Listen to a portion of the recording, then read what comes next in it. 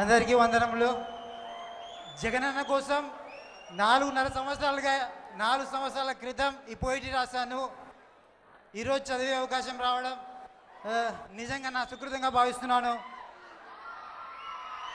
జన హృదయ శేఖర మా రాజశేఖర, రాజ్యాన్నేలే రాజసంనీధిరా, ఉచిత వైద్యంతో జనం గుండెల్లో ప్రాణం పోసిన దేవుడు అయ్యావు.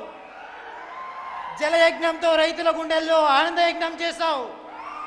మాట తప్పనిది నీ నైజం, మడిమ తిప్పనిది నీ మార్గం. నీ మరణం తెలుగు జాతి హృదయాల్లో తీరని విషాద శోకం. నీ నుండి మేము తెలుసుకున్నది ఒక్కడే, జీవన విధానం అంటే మీదేనని, జన హృదయం అంటే నీదేనని.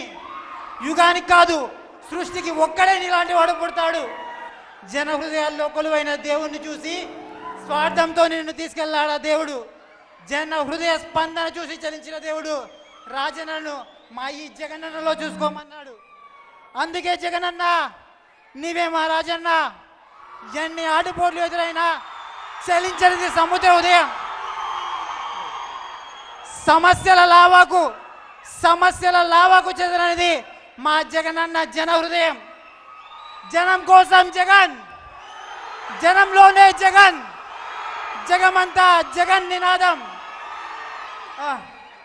రాజశేఖర రెడ్డి గారు ఒక మనిషి చనిపోతే 600 పైగా గుండెలు పగిలిపోతాయన్న వార్తను విని అలాంటి చావు నా కల్లోనైనా ఉండాలని నేను భావించాను.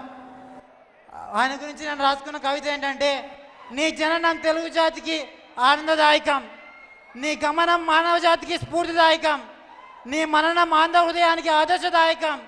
నీవు లేని రాజకీయం, రాజసం లేని ప్రయాణాలకు నిదర్శనం.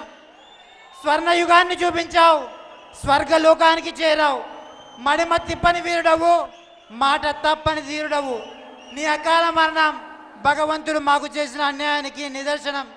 జగనన్న ఇక నీలోనే ఉన్నాడు మా రాజసమున్న రాజన్న. నీ జ్ఞాపకాల స్మృతి తెలుగు హృదయానికి మానీయ ఉద్వేగ స్థితి.